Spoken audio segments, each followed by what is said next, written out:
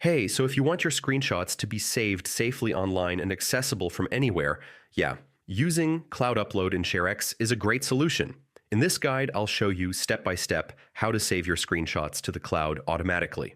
First, open ShareX and go to the Settings menu. This is where you control uploads and storage options. Next, go to After Capture Tasks and enable Upload Image to Host. This allows automatic cloud uploads. Now choose your preferred cloud service. You can use platforms like Google Drive, Dropbox, or Imgur. To use cloud storage, connect your account by logging in and granting permissions.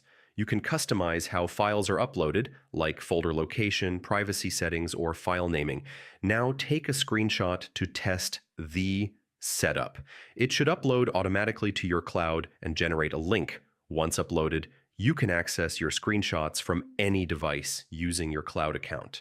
And finally, decide if you want to save files locally, upload only, or do both for backup. So, yeah, that's how to save screenshots to the cloud using ShareX. It's a simple setup that makes sharing and accessing your files way easier. If this helped, subscribe for more simple tech tutorials.